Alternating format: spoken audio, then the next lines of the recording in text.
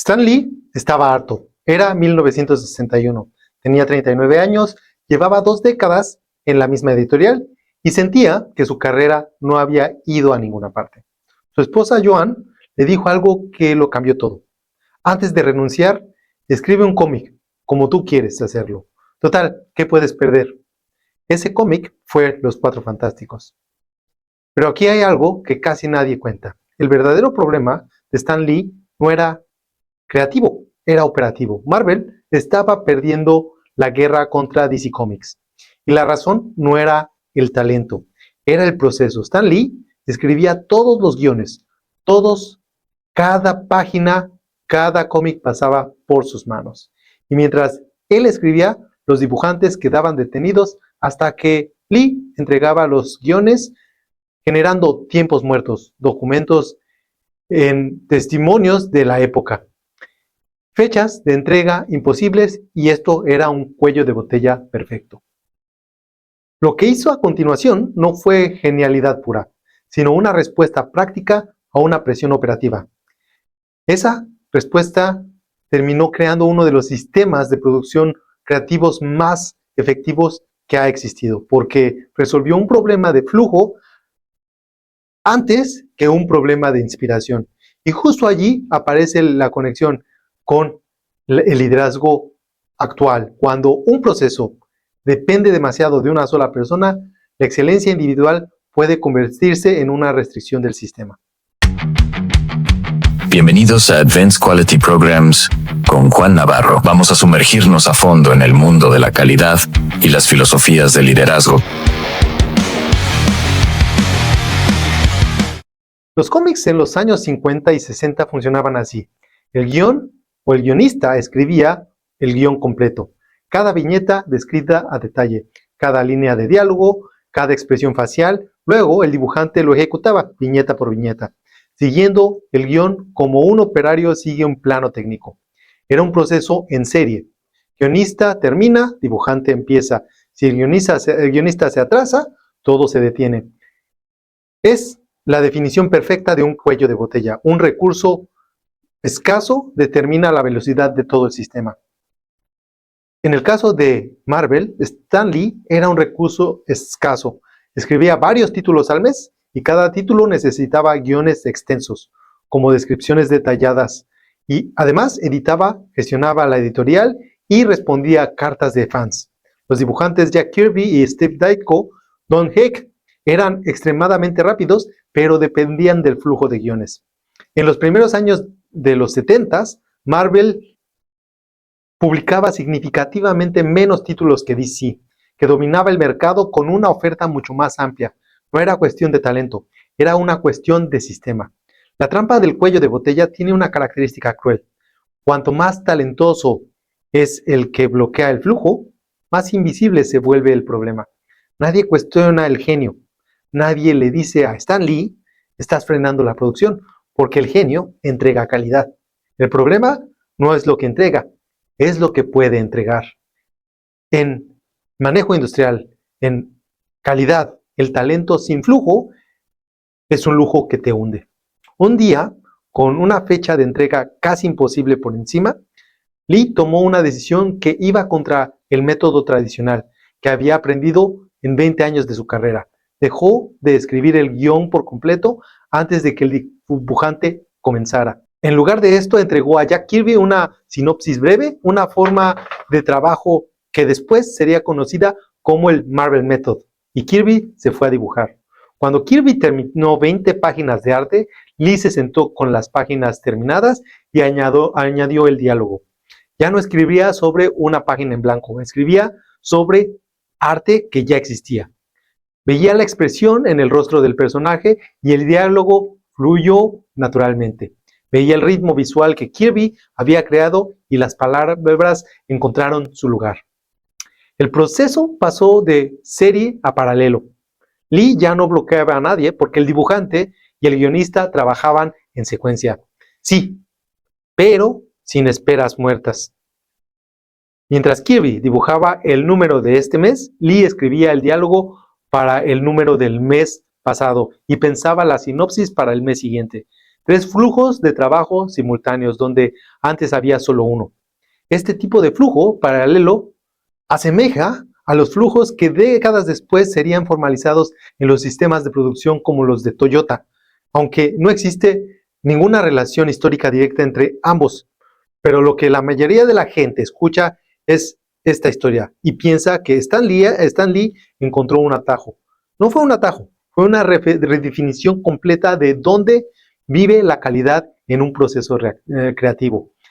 El método tradicional, la calidad está en la especificación. El guionista controla todo porque se asume que él sabe exactamente cómo debe verse cada viñeta. El dibujante es el escultor. La calidad se mide por la fidelidad al plano. En el Marvel Method, la calidad está en la ejecución. El dibujante recibe una dirección y crea una historia visualmente. Decide el encuadre, el ritmo, la composición de cada página. Es coautor, no operario. Cuando eliminas el cuello de botella, no solo aceleras el proceso, lo mejoras, porque liberas la inteligencia del que también está ejecutando. Y por eso Steve Ditko expresó en entrevistas que el Marvel Method le permitía construir la narrativa visual con mayor autonomía y que los diálogos de Lee complementaban esta estructura. Kirby desarrolló un estilo cinematográfico que definió el lenguaje visual del cómic moderno. Páginas enteras dedicadas a una sola escena de acción, ángulos imposibles, figuras que soltaban y saltaban del papel. Nada de esto habría sido posible si hubiera estado siguiendo un guión al pie de la letra como lo hacía en el pasado. La comparación no significa que Lee estuviera aplicando teorías industriales ni que Marvel tuviera una conexión directa con la industria como Toyota. Sirve solo para nombrar un patrón común. Cuando el conocimiento práctico se queda atrapado en la cima, el sistema se vuelve lento. Cuando se distribuye hacia quienes ejecutan, el sistema aprende más rápido. Y la paradoja es esta. Lee mejoró la calidad renunciando al control. Confió en el criterio técnico de quien ejecutaba sus guiones. Y esa confianza produjo mejor arte que una especificación rígida que hacía en este contexto. En gestión de calidad moderna, en la gestión de la administración actual, este principio se relaciona como empoderamiento, el empowerment, de quienes ejecutan el trabajo. Por ejemplo, en la industria automotriz, una idea cercana aparece en el Jidoka, dar al trabajador la autoridad para detener la línea si detecta un problema. El punto común es que la inteligencia no puede estar concentrada en un solo lugar, tiene que distribuirse. A mediados de los años 70, Marvel incrementó notablemente su producción y su popularidad, hasta competir de forma mucho más directa con DC. Según diversas fuentes históricas, su impacto cultural creció con rapidez y la convirtió para principios de los 70 en una de las editoriales líderes del mercado estadounidense y mundial. Y no solo era cantidad, la crítica hablaba de una revolución. Los Cuatro Fantásticos, Spider-Man, Los Vengadores, X-Men, Daredevil, Doctor Strange. Todos estos personajes creados en un periodo donde todos son asociados al Marvel Method. La tasa de innovación por unidad de tiempo resulta extraordinaria si se compara con la producción de cualquiera de las otras editoriales de la época. Pero el método Marvel tenía una sombra. Dependía de una confianza difícil de estandarizar entre Lee y sus dibujantes. Cuando Kirby se fue de Marvel en los 70s, en parte por disputas sobre los derechos de autor y reconocimiento, el sistema perdió una de sus piezas principales, porque el método no estaba completamente documentado como un proceso replicable. Era en gran medida un pacto táctico entre Stan Lee y sus dibujantes estrella, un sistema que solo funciona cuando ciertas personas específicas están presentes y no es todavía un sistema robusto. Esto es una apuesta. Y aquí es donde te puedes preguntar, ¿qué tiene que ver el método para hacer cómics en los 60s con mi trabajo actual? Bueno, primero identifica tus cuellos de botella invisibles. En casi todas las organizaciones, en casi todos los trabajos, el cuello de botella no es siempre el peor empleado. Muchas veces es esa persona que es la más capaz, porque todo termina pasando por ella. Según se mueve la decisión, tu punto de ejecución también se mueve. El que dibuja sabe más del dibujo que el que escribe. Entonces, el que está en la línea sabe más de la línea que su supervisor. Y último, documenta el pacto. Crea tus procesos y procedimientos. Si encuentras un sistema que funciona, escríbelo, descríbelo. Sin estándar, la mejora es aleatoria. Stan Lee no inventó el Marvel Method porque fuera un visionario de procesos. Lo impulsó porque estaba desbordado y no le quedaba otra opción. La restricción no fue un obstáculo, también fue un catalizador.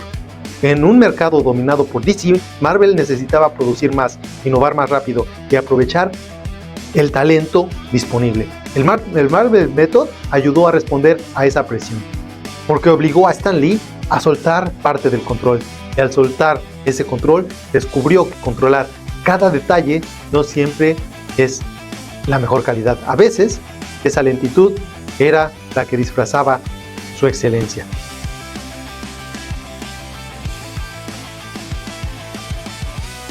Eso es todo por esta semana. Si quieres aprender más de Stan Lee y del Marvel Method, te invito a leer mi libro Vida, Calidad, Proyectos. Y ya que estamos en eso, gracias por todas sus reseñas a mis 3 libros: La mentalidad de calidad, Principios de calidad y de Vida, Calidad, Proyectos. Sin más, mantente excelente, sigue mejorando y Excelsior.